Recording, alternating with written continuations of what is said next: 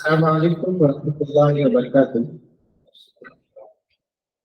अल्हम्दुलिल्लाह आप लोगों के ताउन से इस प्रोग्राम का छठा दिन है और माशाअल्लाह प्रोग्राम बहुत ही खूबसूरती के साथ आगे बढ़ता जा रहा है। अब मैं आप सबको एक ऐसी शख्सियत से रोजगार कराने जा रहा हूँ जिनकी सहमदारी और जद्दोजहद हर मकाम पर नुमाया है। आपकी जहानत, दूरंदेशी, जिंदादिली हर मौके पर आपको नुमाया बनाती है।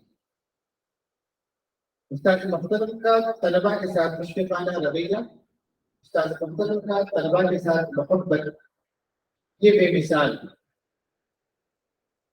आप भी उसी इदारे के एक खुशबूदार फूल हैं जिसकी खुशबू से सारा आलम मुअत्तर है। उस्ताद मोहतरम ने अपना BUMS अपना ग्रेजुएशन साल 2002 में मुकम्मल किया अजमल खान कॉलेज अलीगढ़ मुस्लिम यूनिवर्सिटी से। उसके बाद साल 2007 में आपने MD भी उसी कॉलेज से मुकम्मल किया और MD के साथ उस्ताद मोहतरम की तालीमी मोहब्बत ने इनको अन्नामलाई यूनिवर्सिटी चेन्नई की तरफ रुख हुआ और इन्होंने वहां से PG diploma in hospital management का कोर्स भी किया और आप MD के बाद अपना अपने लेक्चरर के तौर पर सईदिया हमीदिया इनामी डिग्री कॉलेज बुरहानपुर में पहला लेक्चरर के तौर पर अपॉइंट हुए।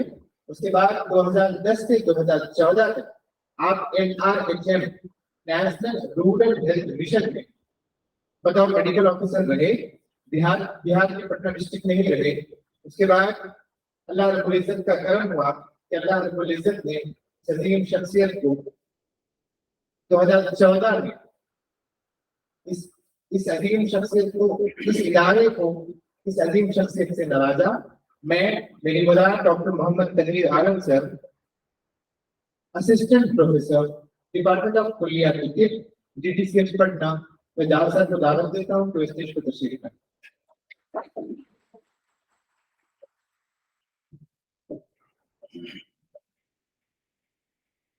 शुक्रिया अमीन। बैठ रहे डॉक्टर नजीबुर रहमान साहब, दोनों PG स्कॉलर, मैंने इधर कुछ दिनों से जरा काउंसलिंग में बिजी था। कल भी BCC में था काउंसलिंग में, तो मुझे याद नहीं रहा कि मेरा लेक्चर कब है, जिसकी वजह से मैं PPT तैयार नहीं कर पाया। फिर कल जो है शाम में 6 बजे तक मेरी ड्यूटी होनी थी, तो कल शाम में ही उन्होंने ड्यूटी किया। मैंने कहा देखता हूँ अगर मैं आ गया तो मैं दे दूँ, कुछ बोल दूंगा। हालांकि आज भी ड्यूटी थी, लेकिन इत्तेफाक ये बात कि कल जो है एडमिशन कंप्लीट हो गया तो मैं आज ही आ रहा हूँ। तो मैं PPT बनाया बस ऐसे ही कुछ अरबी के बारे में आपको। सबसे पहले ये सवाल होता है कि यूएस में अरबी क्यों पढ़ रही है। पहला सवाल, जाहिर सी बात है कि मेडिकल कोर्स है तो उसमें अरबी की क्या जरूरत है, क्यों अरबी पढ़ाई जाती है। तो उसको जानने के लिए हमको थोड़ा सा तारीखी पस मंजर में जानना पड़ेगा कि क्यों पढ़ाई जाती है। देखिए इसका तारीखी पस मंजर, जब तारीख की बात आएगी तो बयान करूंगा। थोड़ा सा आपको बता दूं कि इसकी शुरुआत जो है यूनान से हुई और यूनान से में भी हजरत इदरीस अलैहिस्सलाम को कुछ लोग कहते हैं कि ये इसके पानी थे। और कुछ लोग कुछ हकीका में ये ख्याल है कि अस्कलिमूस अव्वल जो है इस दिन का वानी और अस्कलिमूस अव्वल के उस्ताद के हजरत इदरीस अलैहिस्सलाम, तो वहां से इसकी शुरुआत हुई। देखिए आगे बढ़ती रही थी, बुगरात का जमाना आया। बुगरात जो है वो 16वीं पुश्त तक था अस्कलिमूस अव्वल के। तो उससे पहले तक क्या होता था कि अस्कलिमूस ने ये कैद लगा दिया था कि कोई भी जो हकीम बनेगा या डॉक्टर बनेगा वो खानदान से बाहर का नहीं रहेगा, खानदान के भी लोग भी सीखेंगे। तो हुआ ये कि बुगरात तक आते आते खानदान के बहुत से लोग मर गए, बहुत से अतीबा मर गए, काफी कम तादाद में मौजूद थे। तो बुकरात ने ये किया कि इसको खानदान से बाहर के लोगों को भी सिखाना शुरू कर दिया, और उसके लिए उसने कुछ रूल और जवाब तैयार किए जिसको मुआवजे बकरातिया कहा जाता है। उसका एक लेक्चर होगा, उसमें उसका जिक्र करेंगे। फिर उसके बाद कोई भी तहजीब आपको पता है कि 300 साल 400 साल तक जिंदा रहती है, फिर उसके बाद उसमें जवाल आता है धीरे धीरे।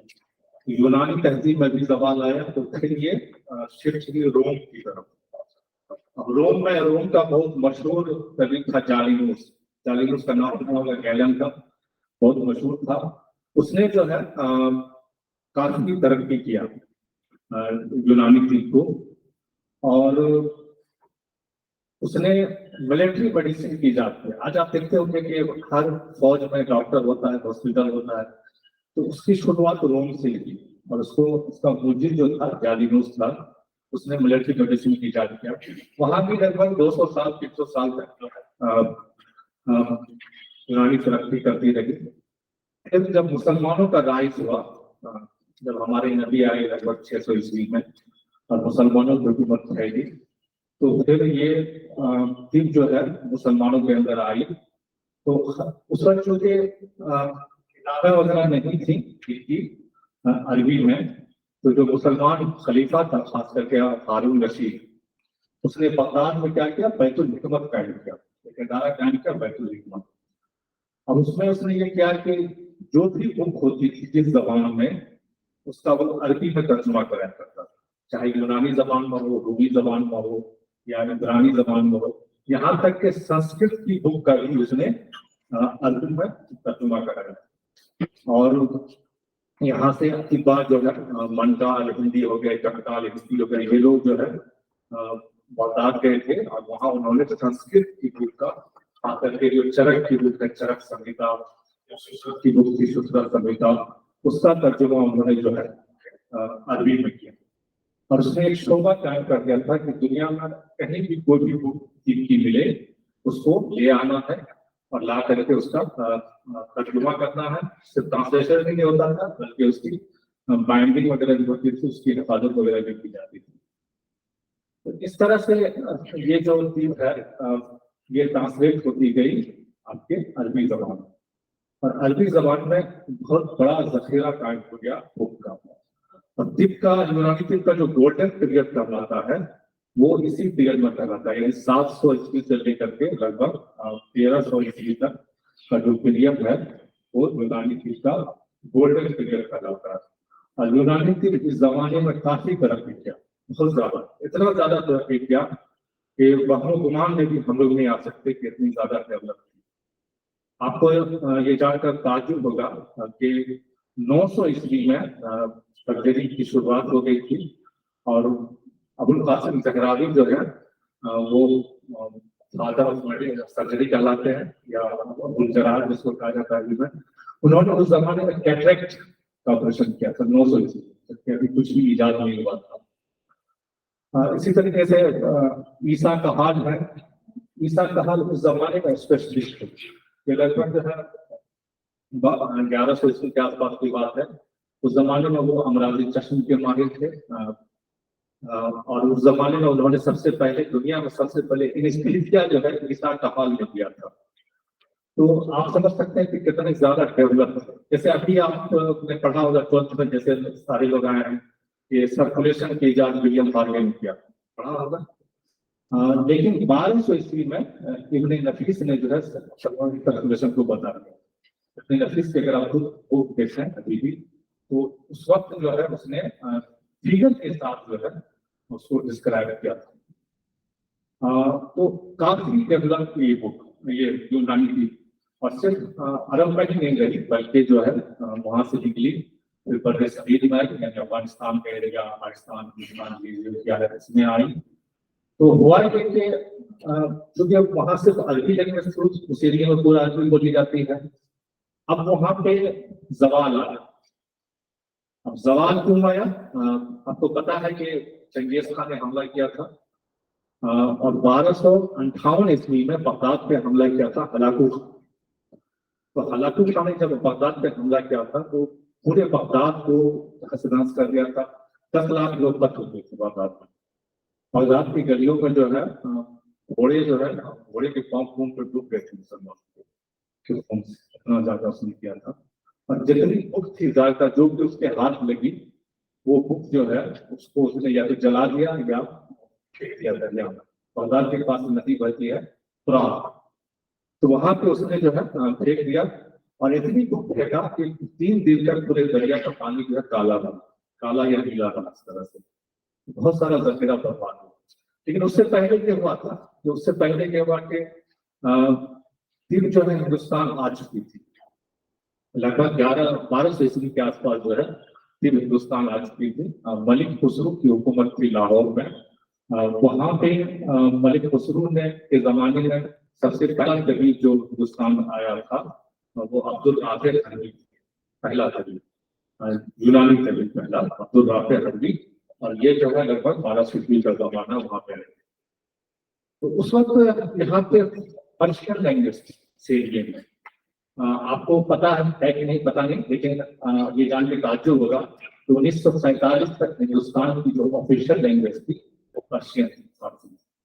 क्योंकि मुगल की ऑफिशियल लैंग्वेज पर्शियन थी और फिर उस वक्त अंग्रेज जो है तो उन्होंने अपनी ऑफिशियल लैंग्वेज पर्शियन ही रखा है।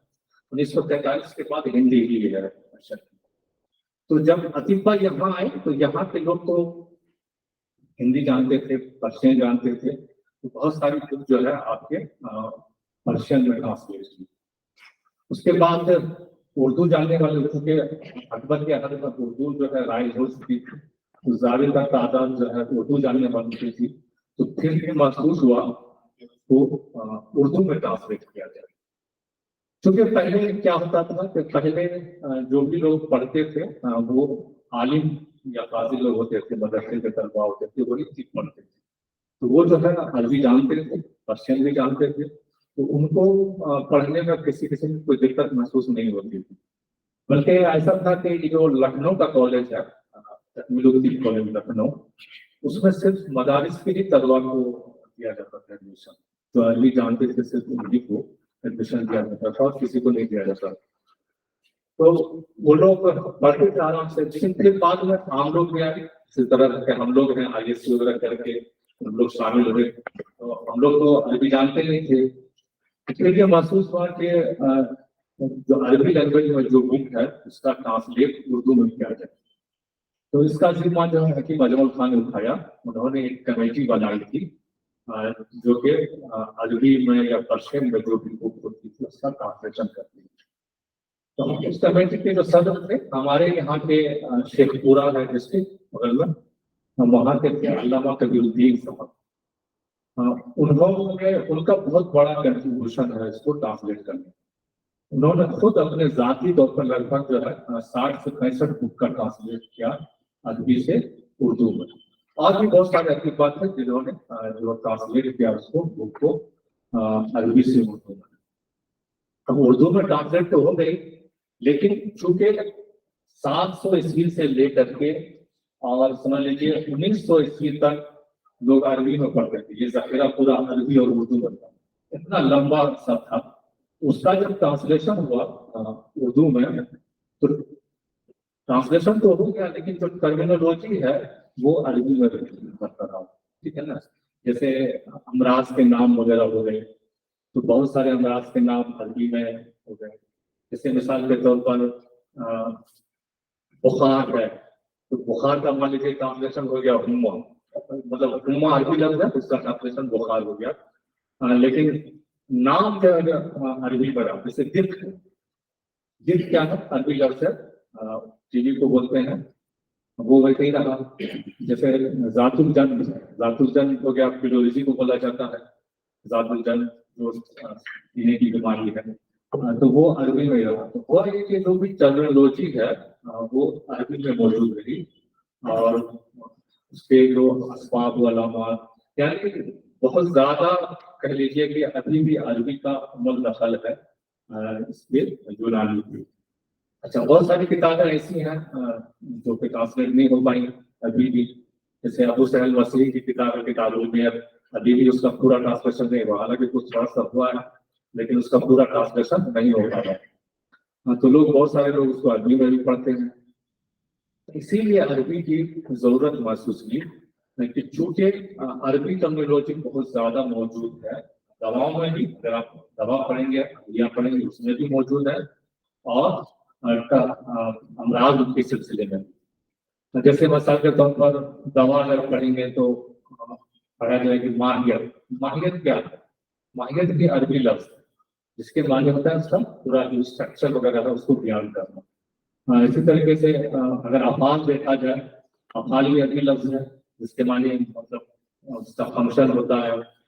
और कोई दवा मान लीजिए वक़्फ़े कल्ब है या काबिज है या हादिस है, तो काबिज भी अरबी का लफ्ज है, हादिस भी अरबी लफ्ज है। हादिस के माने होता है खून को रोकने वाली दवा। मुक़व्वी है, वो भी अरबी लफ्ज है, ताकत देने वाली चीज है। मान लो कोई दाफे का मतलब दाफे का खून कहते हैं, तो दाफे भी अरबी लफ्ज है जिसके माने दफा करने का है। तो अगर आप फर्स्ट ईयर में तो आपको कम मिलेगा, फर्स्ट ईयर में थोड़ा सा आपको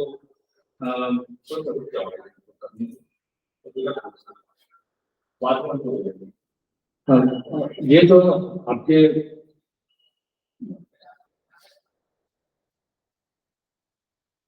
जो भी आप टर्म पढ़ेंगे फर्स्ट ईयर में, फर्स्ट ईयर में सिर्फ कॉमन दवाइयाँ में आपको थोड़ा सा अरबी का मिलेगा। लेकिन जब आप सेकेंड ईयर में आएंगे आप इल्मुल अदविया पढ़िएगा तो अरबी टर्मिनोलॉजी बहुत ज्यादा मिलेगी आपके। इसी तरह से इल्मुल अमराज पढ़िएगा, उसमें भी आपको अरबी टर्मिनोलॉजी मिलेगी। जैसे इल्मुल अमराज ही, इल्मुल अमराज का टर्मिनोलॉजी को ये भी अरबी टर्मिनोलॉजी है। इल्म के हमारे इल्म नॉलेज और अमराज हो गया डिजीज, अरबी टर्मिनोलॉजी है। तो आपको लगभग जो है 60 to 70% जो टर्मिनोलॉजी है ज्यादातर वो आपको अरबी लैंग्वेज में मिलेगी। तो इसीलिए फर्स्ट ईयर में जो है अरबी पढ़ाई जाती है, ताकि अरबी जो है अरबी से आप लोग होशनास हो जाए और आपको टर्मिनोलॉजी याद करने में दिक्कत नहीं हो। इतना समझ में आया क्यों पढ़ाई जाती है, इसका पस मंजर क्या है? अब फर्स्ट ईयर में आपको 3-4 सब्जेक्ट पढ़ाया जाएगा, जैसे एनाटॉमी है, फिजियोलॉजी है, वो तो आप अंग्रेजी में पढ़ लीजिएगा। उसके बाद अरबी भी पढ़ाया जाएगा और मंतिक फलसफा भी पढ़ाया जाएगा। मंतिक करते हैं लॉजिक को। मंतिक फलसफा थोड़ा सा क्यों पढ़ाया जाता है? वो इसलिए पढ़ाया जाता है कि मंतिक के माने ही होते हैं गौर और फिक्र करने, किसी चीज को सोचने समझने। मतलब कोई एक छोटा सा सिरा आपको मिल जाए तो उससे आप डायग्नोसिस तक पहुंच जाए। मकसद ये है कि आपके अंदर सोचने समझने की सलाहियत पैदा हो जाए ताकि आप जो है डायग्नोसिस तक पहुंच सकें। जैसे मिसाल के तौर पर कोई मरीज आया, उसने कहा कि मुझे बुखार है, तो आपने पूछा कि बुखार किस वक्त आता है। अगर वो ये कहता है कि मुझे बुखार जो है शाम में आता है, फिर आपसे भूख लगती है, कहेगा भूख नहीं लगती है। अब फिर आपने सवाल किया कि अगर वजन कम हो रहा है तो बोले कहा वजन कम हो रहा है। तो आपको सिरा मिल गया। अब आप सोचिए कि कौन सा ऐसा बुखार है जिसमें वजन भी कम का है, बुखार शाम में आता है और भूख नहीं लगती है। तो आपका जहन जो है फिर टीवी की तरफ जाएगा, पीठ की तरफ जाएगा।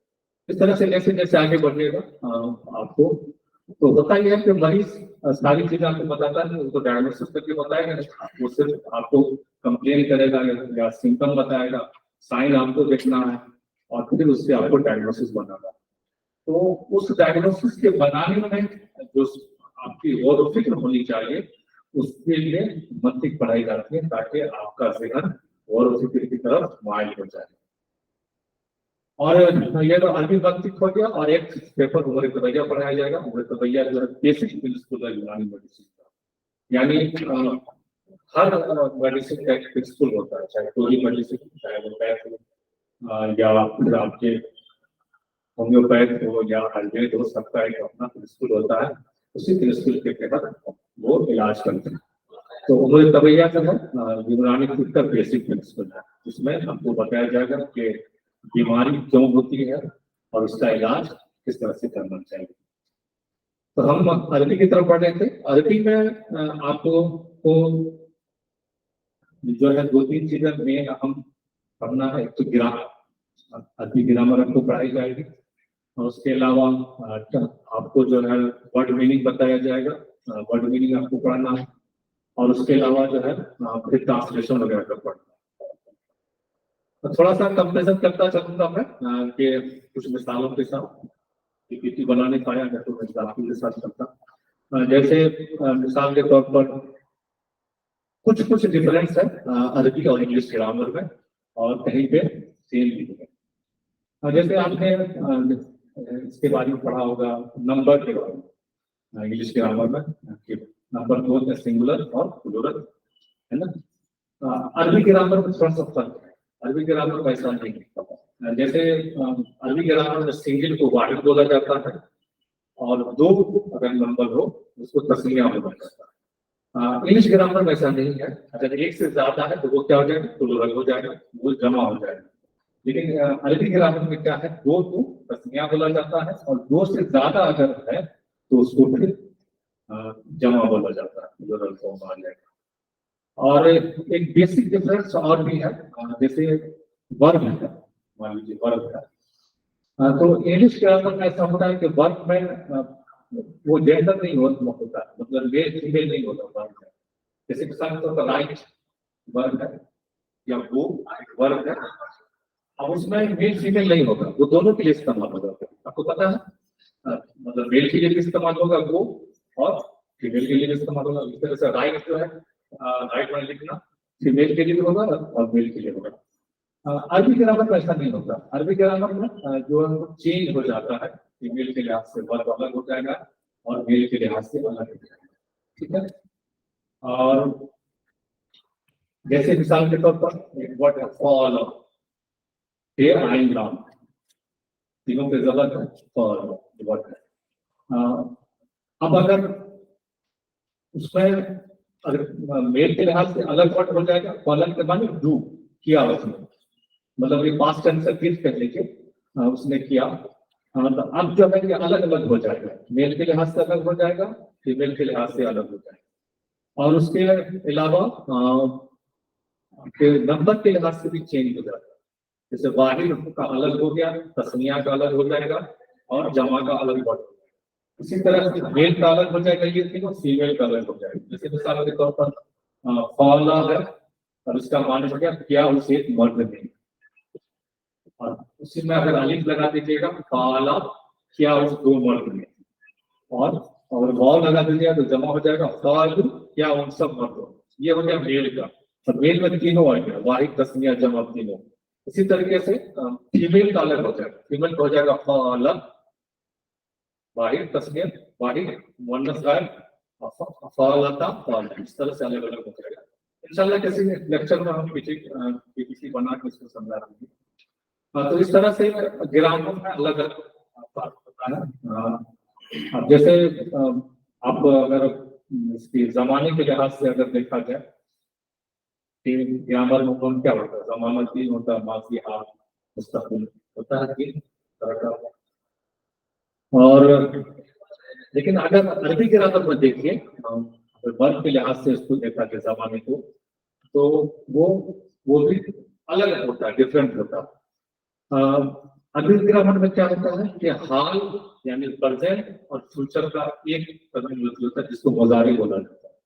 यानी फेले मुजारी जो है वो हाल को भी बताता है और मुस्तकबिल को भी बताता है। फेले माजी जो है सिर्फ जो है बताता है आपको पास्ट को, ठीक है ना। तो थोड़ा थोड़ा डिफरेंस है, तो उस डिफरेंस को हम लोग समझते जाएंगे, लेकिन आसान है, कोई बहुत मुश्किल चीज नहीं है। अरबी ग्रामर आसान है, और उसको समझ लेने से आपको आसानी से अरबी पढ़ लेंगे। पहले शुरू में क्या होता है, थोड़ा सा टफ लगता है लोगों को, लेकिन जैसे जैसे क्लास करिएगा, लगातार क्लास करिएगा उसके लिए, तो जैसे जैसे पढ़िएगा वैसे से आपको आसान होती नजर आ जाएगी। और फिर जब अरबी आ जाएगी तो फिर उसके बाद जो है आपको टर्मिनोलॉजी में किसी किसी की कोई दिक्कत महसूस नहीं होगी, यानी आगे जब भी आप पढ़िएगा तो किसी भी किस्म की कोई भी टर्मिनोलॉजी में आपको दिक्कत महसूस नहीं होगी। तो इस तरह से अरबी जरूरी है, और इसकी क्लास भी लिखनी है कि छोड़ना नहीं। फिर आप सोचिएगा क्लास छोड़ के फिर सीख लेंगे तो वो ठीक नहीं, क्योंकि हर कड़ी जो है एक दूसरे से मिलती है। शुरुआत ही होगी लफ्ज से, लफ्ज है कलमा है, वहां से शुरुआत होगी, फिर इस्म होगा, फेल होगा, पढ़ाई से शुरुआत होगी। तो जब तक शुरू का समझ में आएगा बात की चीजें समझ में नहीं आती। उसके लिए जरूरी है आप लोग के रोज क्लास करिएगा, इंशाल्लाह ताला आ जाएगी, कोई मुश्किल चीज नहीं है। 1.5 साल का वक्त है, कुछ आम वक्त है 1.5 साल का, 1.5 साल का आराम से जो है आपको अरबी आ जाएगी, इतनी आ जाएगी कि आप ट्रांसलेट कर लीजिएगा, ट्रांसलेशन कर लीजिएगा। और फिर थोड़ा सा गर्दान वगैरह होता है इसमें, क्योंकि जैसे आपके इंग्लिश ग्रामर में होता है कि वर्ब का 3-4 फॉर्म होता है, इसी तरह से इसका अलग अलग फॉर्म होता है। इसमें लगभग 14 फॉर्म हो जाता है वर्ड का अरबी ग्रामर में। चूंकि होता ही है कि इसमें वो मोनस फीमेल के लिए अलग होता है और मेल के लिए अलग होता है। फिर इसमें जैसे गायब के लिए अलग होता है और हाजिर के लिए अलग होता है। गायब करते हैं ऐसे आदमी के लिए बात की जाए जो यहाँ पे मौजूद नहीं, तो उसके लिए अलग वर्क का फॉर्म है, और जो यहाँ पे मौजूद है जो हाजिर है उसके लिए जो है आपके अलग वर्क का फॉर्म है। इसी तरीके से मुतकल्लिम कहते हैं बात करने वाले, जैसे मैं बात कर रहा हूँ, मैं मुतकल्लिम हूँ। उसमें भी 2 चीज होती है मुतकल्लिम में भी, 2 फॉर्म होता है, एक होता है वाहिद और एक जमा। तो वाहिद होता है जो सिंगल बात करने वाला है, मैं सिंगल बात करने वाला हूँ, तो मैं वाहिद मुतकल्लिम। अगर मेरे साथ कोई एक आदमी आ जाए तो वो हो जाएंगे हम लोग जमा मुतकल्लिम। इस तरह से इसकी वर्क के जो सेगा इसकी होती है वो 14 फॉर्म होती है।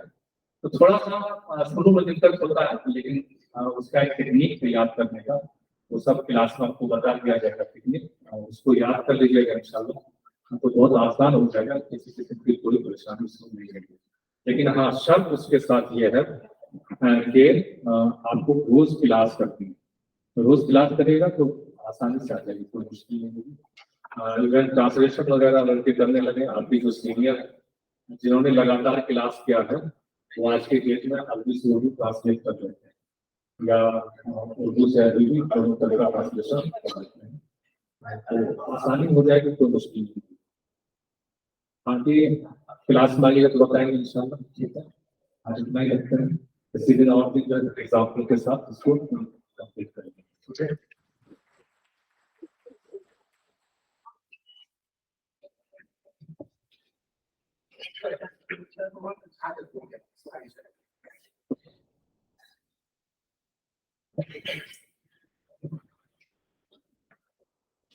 लोग किताबों को पढ़कर से इल्म हासिल करते हैं, लेकिन आपकी शख्सियत ऐसी है कि आपने किताबों के इल्म को हासिल करने के बाद इस मकाम पर पहुंच गए हैं कि आपका तजुर्बा ही बोलता है, और लोग उस्ताद मोहतरम के इस तजुर्बे से इस्तिफादा उठाने के लिए, से सीखने के लिए, उनको सुनने के लिए कतार दर कतार खड़े रहे। बहुत शुक्रिया सर, आपने अरबी का तिब का पस मंजर को आपने हमारे सामने बखूब पेश किया, हम आपके मशकूर और ममनून हैं। इसके बाद वक्त आ गया है स्टेज की गरिमा को बढ़ाने का। मैंने सर का इंट्रोडक्शन कल आप लोगों के सामने दिया था, फिर से सर ने अपना वक्त निकाला है हमारे लिए। मैं डॉक्टर नजीबुर रहमान साहब को दावत देता हूँ कि उस स्टेज पर तशरीफ लाए।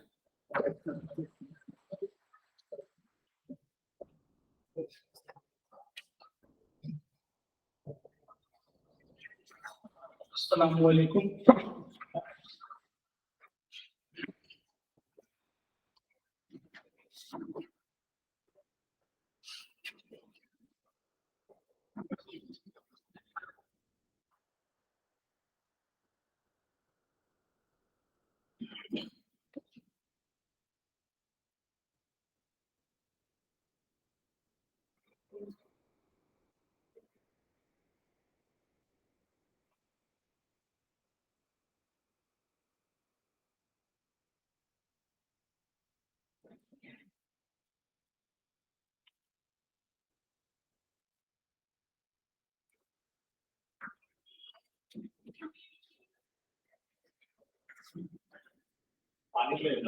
जी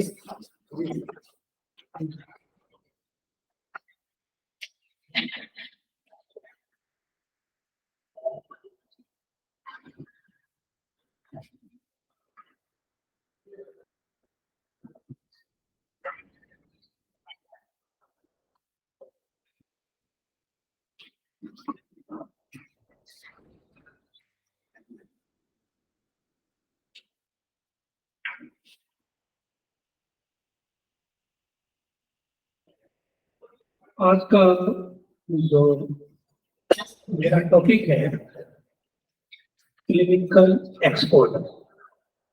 नाम ही से पता चलता है कि क्लिनिक का मतलब ही समझ आ जाता है कि एक से क्लिनिक कर सकते हैं, और या क्लिनिक में मतलब में उर्दू में जो कहते हैं मतलब में ओपीडी में आईपीडी में दो पेशेंट के साथ आपका यानी as a student, as a doctor, आपका उस पर क्या एक्सपोज करना है, कैसे आप उसको क्लिनिक में किसी भी पेशेंट के साथ कैसे बात करेंगे, कैसे आप उस पेशेंट को चीज को देखेंगे। तो इसके बारे में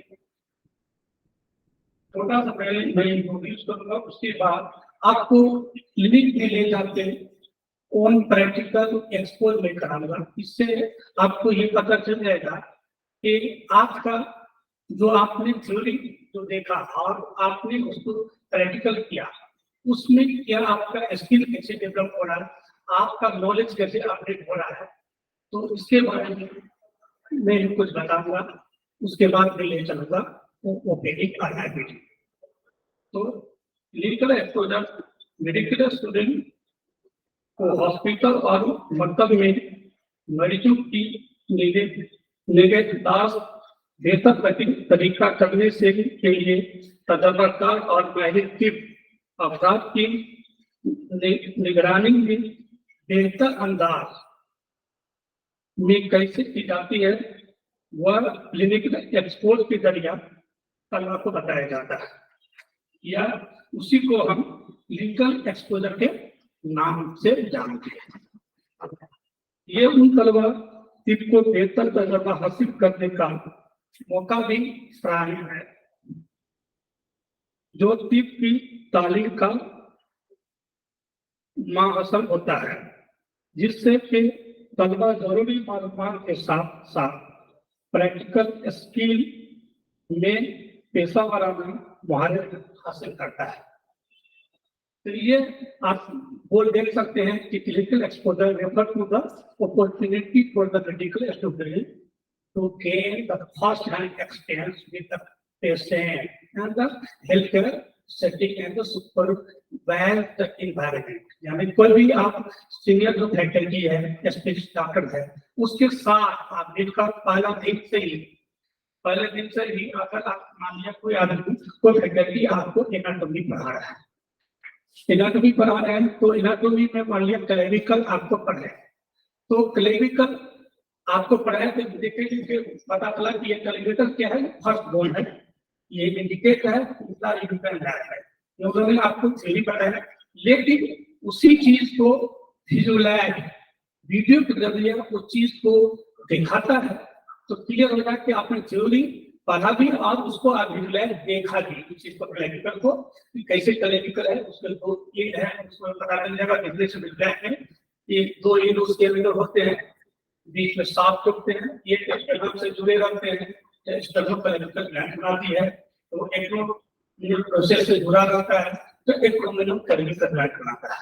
इसी तरह जब आप थ्योरी पढ़ेंगे और साथ में वो उसके वीडियो देखेंगे तो आपको अंदाजा लगेगा। इसी को एक कर सकते हैं, उसको कहते हैं pre clinical expose. Pre clinical expose में क्या होता है, जैसे एनाटॉमी वो क्लिनिकल सब्जेक्ट नहीं है, ना भी क्लिनिकल सब्जेक्ट है, लेकिन उसके बाद भी विजुअलाइज आपने देखा, वो एक तरह के क्लिनिकल एक्सपोज भी कहा गया। दूसरी बात कि अगर आप फिजियोलॉजी का क्लास करते हैं और फिजियोलॉजिकल क्लास में आप हीमोग्लोबिन आपको बताया जाता है कि 10% हीमोग्लोबिन है। हीमोग्लोबिन क्या है? उसको पता लगता है ही प्लस ग्लोबिन मिलकर हीमोग्लोबिन बना। उसके अंदर का एग्जाम्पल बाद में बता रहा हूँ, पार्ट है ही सिर्फ 5% है, 95% है, अब ग्लोबिन कंजुगेटेड प्रोटीन 95% है, ही 95% है, ग्लोबिन जो है 95% है, तो 5% है, दैट इज हीमोग्लोबिन मिलकर 5 प्लस पंजाब मिलकर बनता है। तो इसी तरह आप तो कैसे उसको देखेंगे, तो हीमोग्लोबिन मीटर है, हीमोग्लोबिन मीटर में बताएगा कि देखिए सेलिंग एंड हेमाटिन मेथड से, सेलिंग एंड मेथड से वो ट्यूब एक होता है, मीटर होता है, उसमें हम 10/10 एसीएल डालते हैं, अब ब्लड डालते हैं 20 मैक्रोम और दोनों मिक्स करते हैं, मिक्स करके ब्लड का कलर रेड होता है, ब्राउन होता है, और 10/10 एसीएल कलर व्हाइट होता है। लेकिन जब वह मिलती है तो एसिड हेमाटिन बनाती है, एसिड हेमाटिन बनाती है, जिसकी कलर डीप ब्राउन है। तो आप थ्योरी में तो पढ़ लिए कैसा डीप ब्राउन है, क्या रिएक्शन किया, अगर प्रैक्टिकल भी उस चीज को हीमोग्लोबिन मीटर को अभी मैं दिखाऊंगा, प्रैक्टिकल रहेगा, वो लिखना है कैसे डाले, ब्लड रेड कलर है, कलर लेस डाले, एंटीनेस्टियर है, हाइड्रोक्लोरिक एसिड वो डाले 20 तक मार्क होता है क्रिकेट में, डाले मिक्स करने के बाद कैसे बढ़ गया, और उसके साथ तो मैचिंग बॉक्स नाइट बोलेंगे इतना ग्राम इतना परसेंटेज है, तो वो जो प्रैक्टिकल आपने दिया उसी को कहते हैं एक्सपोजर, उसे क्या कहते हैं, क्लिनिकल एक्सपोजर। तो प्री क्लिनिकल सब्जेक्ट में एनाटॉमी का एग्जांपल बता दिया कैसे होगा फिजियोलॉजी में। दूसरा एग्जांपल है ईसीजी, जब आप फिजियोलॉजी में करोगे ईसीजी इलेक्ट्रोकार्डियोग्राम, तो ये आप थ्योरी पढ़ेंगे कि इसमें चेस्ट लीड होता है, चेस्ट लीड होता है, लिप लीड होता है, ठीक, उसमें कहेगा कि चलो फर्स्ट है राइट हैंड में लगाते हैं एक लीड, लेफ्ट हैंड में एक लीड लगाते हैं, राइट फुट में एक लीड लगाते हैं, लेफ्ट में, तो 4 लिम्ब लीड कहा जाता है, और चेस्ट लीड 6 लीड कहा जाता है, जैसे V1, V2, V3, V4, V5, V6 के नाम से जानते हैं। तो आप सिर्फ कैसे करोगे, और एक तरह के इलेक्ट्रिसिटी चेंजेस है, इसीलिए में क्या है, एक ग्राफ है, तो जो इलेक्ट्रिक एक्टिविटी चेंजेस है उसको कैसे ग्राफ पर रिकॉर्ड करते हैं, तो इसका हमको देखेगा चल रहा है, कोई भी लैब में हमारा वो रिकॉर्ड है, तो कैसे चेंज करेंगे, तो वो रिकॉर्ड है, तो वो रिकॉर्ड को आप ऑन प्रैक्टिकल में चाहे वीडियो माध्यम से या ओपीडी में आप आकर उसको देखोगे, तो क्या देखोगे, PQRST एक लीड बनती है, तो आप सभी पढ़ लोगे कि P इंडिकेट करता है आर्टिया को, QR कॉम्प्लेक्स करता है वेंट्रिकल को, P इंडिकेट करता है आर्टियल डीपोलराइजेशन को, PQRST करता है डीपोलराइजेशन को, फिर T वेव जो इंडिकेट करता है वेंट्रिकुलर डीपोलराइजेशन को, और आर्टियल डीपोलराइजेशन QRS कॉम्प्लेक्स में मर्ज होता है। तो ये थ्योरी आप करोगे, लेकिन जब तक उसका आप प्रैक्टिकल नहीं करोगे नहीं समझ में आएगा। तो क्लिनिकल एक्सपोज यूं कह सकते हैं कि करिकुलम में जो ये क्लिनिकल एक्सपोज देने का मतलब यही है कि आप कोई भी प्री क्लिनिकल सब्जेक्ट या क्लिनिकल सब्जेक्ट आप करते हो तो साथ में उसको कैसे प्रैक्टिस करोगे। तो अगर किसी कॉलेज में फर्स्ट ईयर से ही एक्सपोज कराना शुरू कर सकता है क्लिनिकल, किसी कॉलेज में सेकेंड ईयर से, किसी कॉलेज में थर्ड ईयर, किसी कॉलेज में फाइनल ईयर में जाकर आपको क्लिनिकल एक्सपोज किया जाता है। लेकिन आप लोग किस्मत वाले हैं कि अभी भी कैरिकुलम में ही आपको ये चीज का मौका मिल जाता है, इससे आपका मोटिवेशन बढ़ेगा, आपका स्किल डेवलप होगा, आपका पर्सनालिटी डेवलप होगा। इस चीज के लिए कि आप एक डॉक्टर, आपको अपने घर होगी कि आप जनरल एक डॉक्टर नहीं है, आप कहते तो जरूर यूनानी हम डॉक्टर हैं, लेकिन यूनानी डॉक्टर, होम्योपैथ डॉक्टर या आईटी डॉक्टर कर सकते हैं, कोई किसी डॉक्टर से कम नहीं है एमबीबी से। आप उसको अपने आप को थोड़ा भी कम नहीं समझना है। कब नहीं समझेगा? जब आप क्लिनिक में प्रैक्टिस कर, आपका क्लिनिकल अच्छा रहेगा। आप क्लिनिकल जो अभी टाइम जो गोल्डन पीरियड आप लोग स्टूडेंट का गोल्डन पीरियड ही, तो ये गोल्डन पीरियड में आप सीखोगे वही आपको काम आएगी। तो तब जो आप अभी थ्योरी टू प्रैक्टिकल जान रहे हो, कोई कॉलेज में बाद में, जैसे एग्जाम्पल मैं बताता हूँ, कहा बताता है कि बिहार का लड़का खुद प्रैक्टिकल लागे, और उसके पीछे क्या रहा है, कोई भी डॉक्टर, बिहार का डॉक्टर पूरे वर्ल्ड में राज करता है, बिहार का डॉक्टर पूरे वर्ल्ड में राज करता है। उसके पीछे ये राज है कि बिहार में थ्योरी से ज्यादा लोग प्रैक्टिकल पर ध्यान देते हैं। और आप बिहार छोड़कर बाहर चले जाओ, वह बीएमएस या एमबीबीएस करके आएगा तो उसको नीडल पकड़ने का ढंग नहीं है, वो सिर्फ जान लेगा कि नीडल इनका मस्कुलर ऐसे देंगे, इनका भेदन देंगे, वो भी एक प्रैक्टिस की तरफ रहेगा।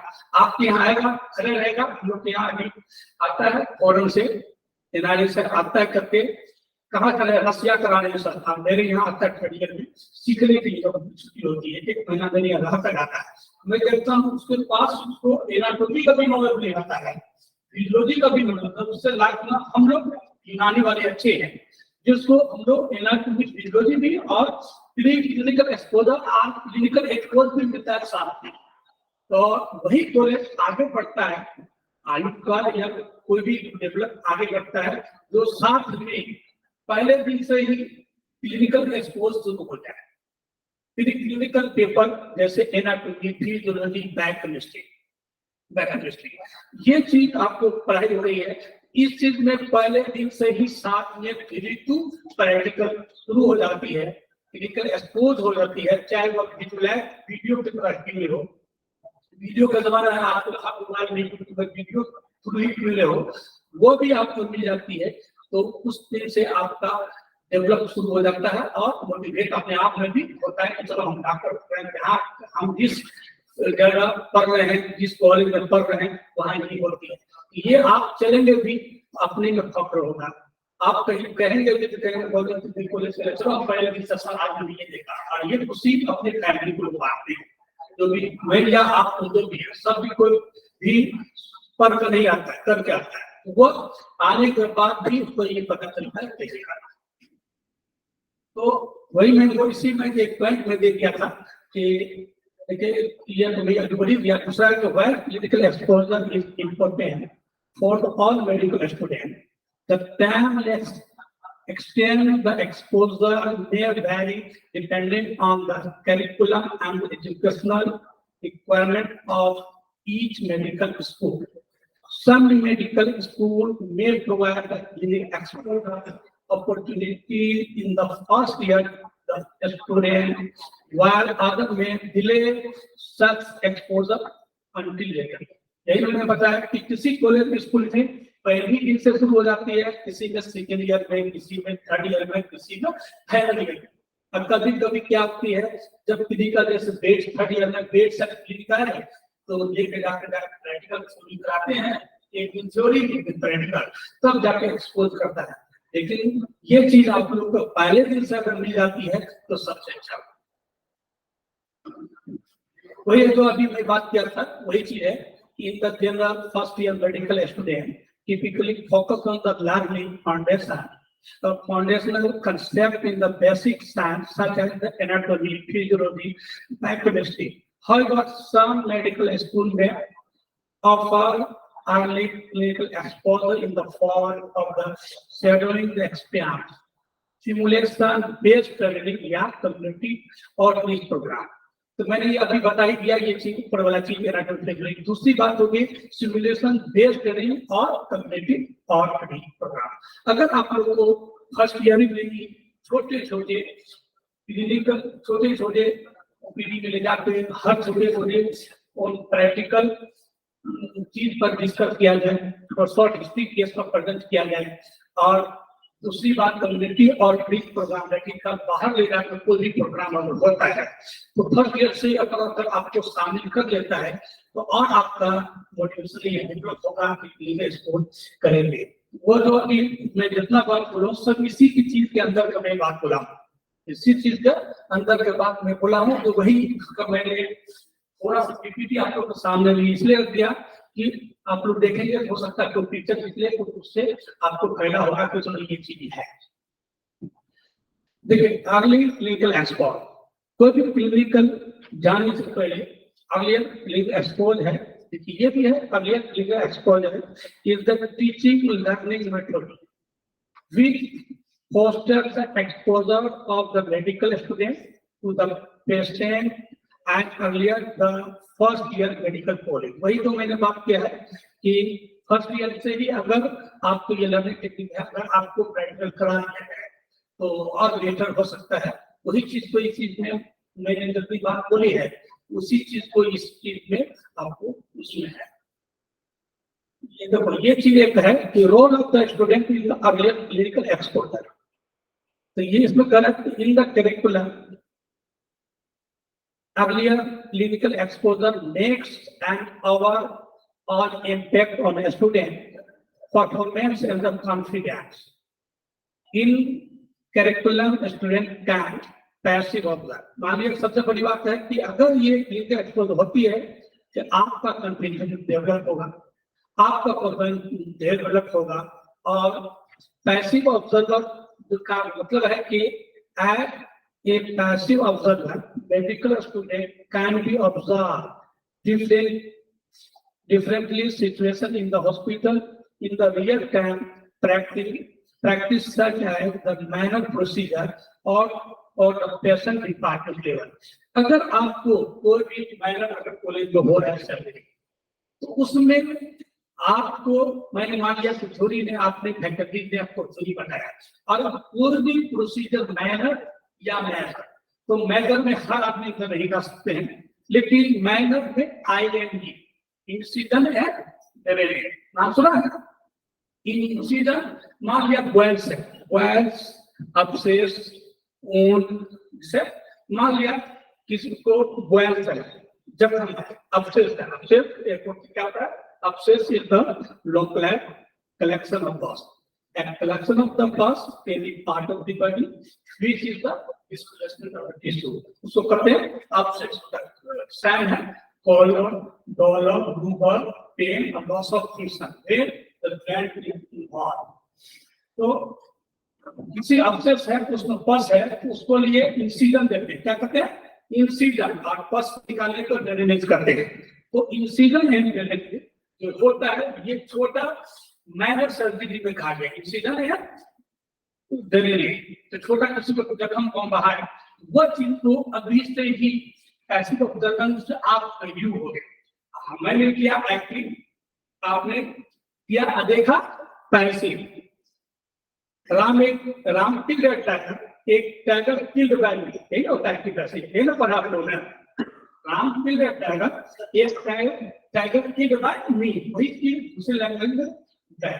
तो पैसिव ऑब्जर्वेशन में ये बोला है कि आप लोग को छोटी और मोटी हो रही है, उसमें ले जाकर देखें, आप देखें और एक्चुअल विजुअलाइजेशन ऑफ मेडिकल या surgical procedure rather than theoretical reading, and the mugging can be have a higher impact on the memory retention and the development of the competency। अगर ये चीज देखने के बाद आपको क्या होगा, आपका मेमोरी डेवलप होगा, मेमोरी रिटेंशन होगा और आपका इफेक्ट पड़ेगा कि हम क्या कर रहे हैं, क्या करने जा रहे हैं। इससे क्या होगा कि आप जब जिस दिन आप उस लैब हो जाएंगे तो कहेंगे वो टीचर ने हमको ये बताया, चलो हम कर सकते हैं।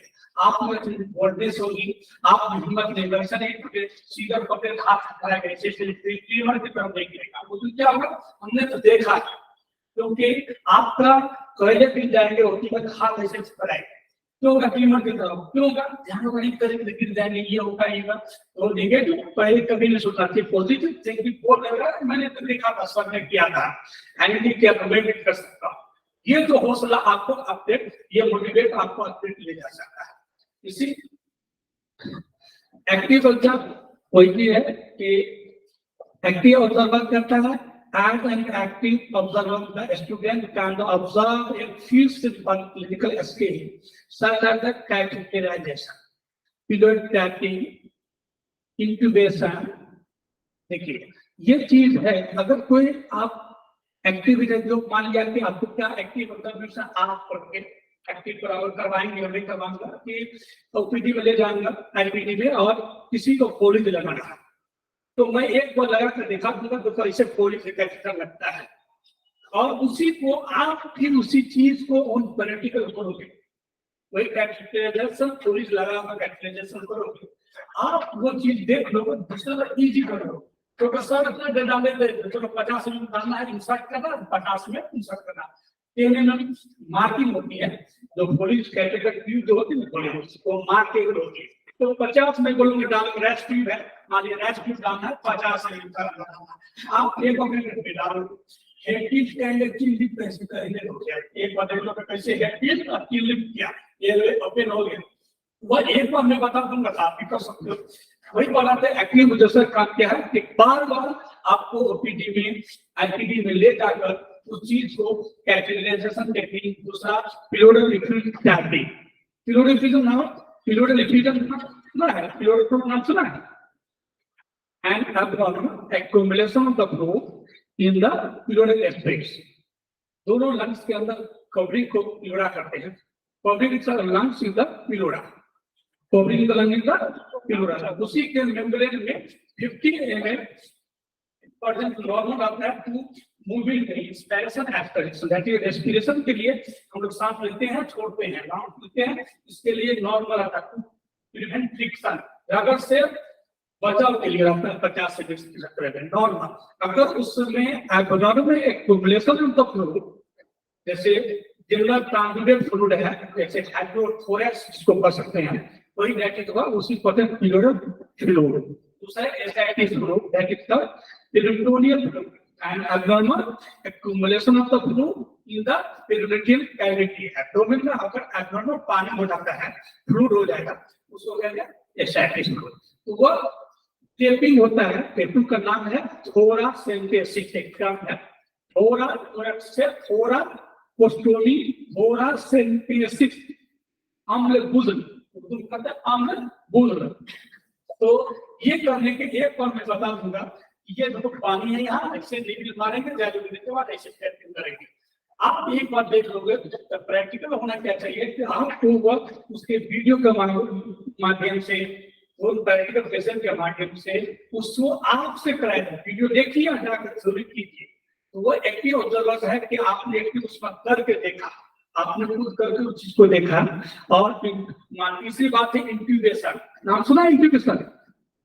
इंट्यूबेशन वो भी मेजर सर्जरी के लिए एनेस्थीसिया के लिए इंट्यूबेट करते हैं। दूसरी, पेशेंट को जो ऑक्सीजन इनसफिशिएंट ऑक्सीजन नहीं ले रहा है, कोई भी पेशेंट निकलते गैस में चला गया, ऑक्सीजन सैचुरेशन 60 के ऊपर नहीं बढ़ रहा है, 6 से 8 लीटर मैनुअल ऑक्सीजन देते हैं, उसके बाद भी नहीं हो रहा है, तो पेशेंट को वेंटिलेटर पर इंट्यूबेट करते हैं और मैकेनिकल वेंटिलेटर के सपोर्ट से देते हैं, रिलैक्स होता है पेशेंट। जैसे अभी कोरोना में कहा जो भी पेशेंट किया वेंटिलेटर पेशेंट मर गया, इंट्यूबेट पर ईटी ट्यूब जो है आता है, उसमें टाकिया में डालना है, टाकिया में डाल देंगे, इनको ट्रैकियल ट्यूब करके ईटी ट्यूब तो डालेंगे, उसके बाद एयर में बैक ऑक्सीजन जाएगी, जितनी जरूरी है उतनी पर फिक्स किया जाता है मैकेनिकल वेंटिलेटर से, और उसमें ये जाएगा।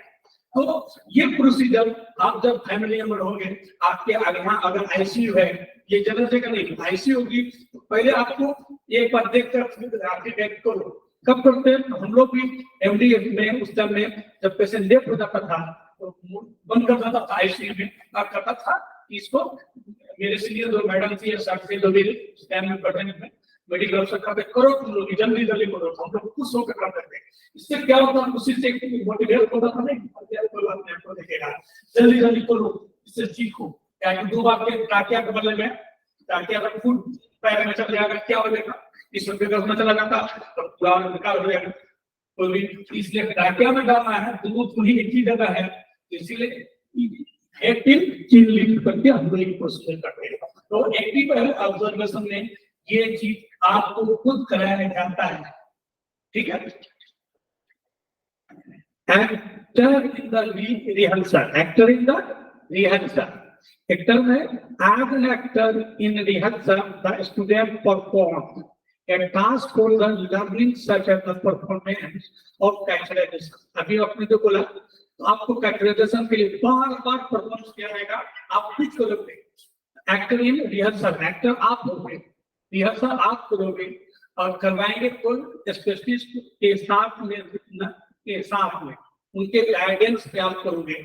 इसलिए कहा गया कि actor in the real rehearsal, as the actor in rehearsal the student perform a task for the learning such as the performance of natural and the intramuscular injection, intramuscular, intravenous, intrathecal, intra-arterial, ये injection एक बार आपको sister जो है उस जगह पर GNM जो है मेडिकल कॉलेज में जीएनएम बेसिक नर्सिंग भी उसमें होती है, एमएमपी नहीं होती, याद रखिए।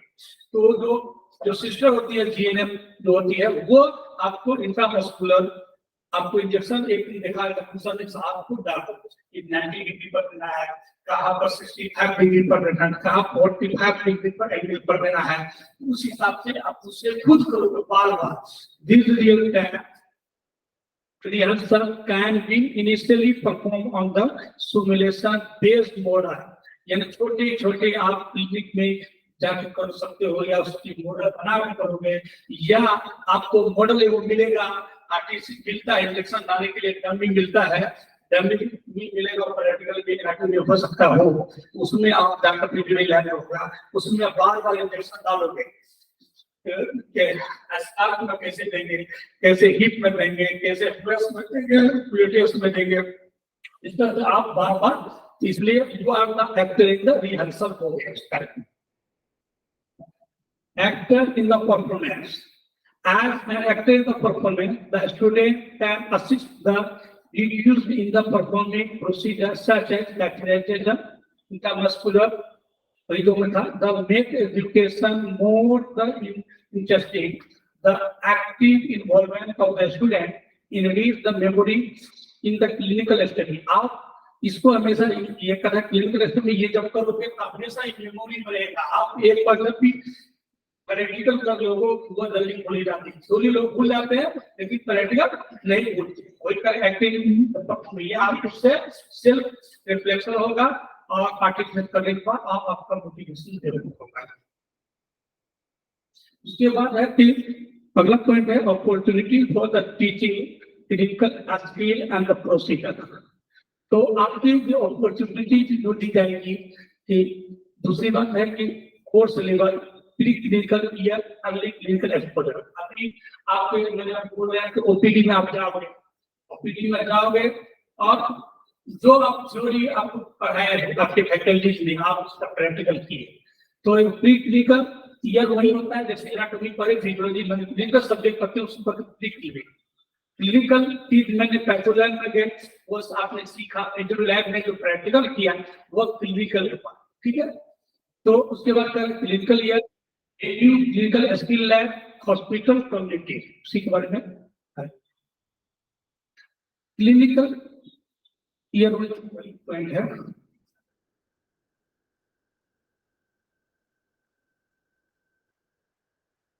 अच्छा वही पॉइंट था, आप प्रैक्टिकल लैब में जाओगे और उसी को ये डेवलप करोगे। तो आप लोग के पास अभी 10 है तो आप हमारे साथ चलिए पहले पैथो लैब में, आप कुछ एक्सपोजर आप देख लें, उससे एक आइडिया लेगा कि कैसे क्या होता है, कैसे हम करते हैं, कैसे मैनेजर क्या है, सीबीसी सेल कॉन्सेप्ट क्या है, आप कैसे ग्राफ निकलता है, उससे कुछ आपको मोटिवेशन डेवलप होगा, स्किल डेवलप होगी आपकी। तो इस बात के बाद मैं भी थोड़ी क्लास खत्म करता हूँ।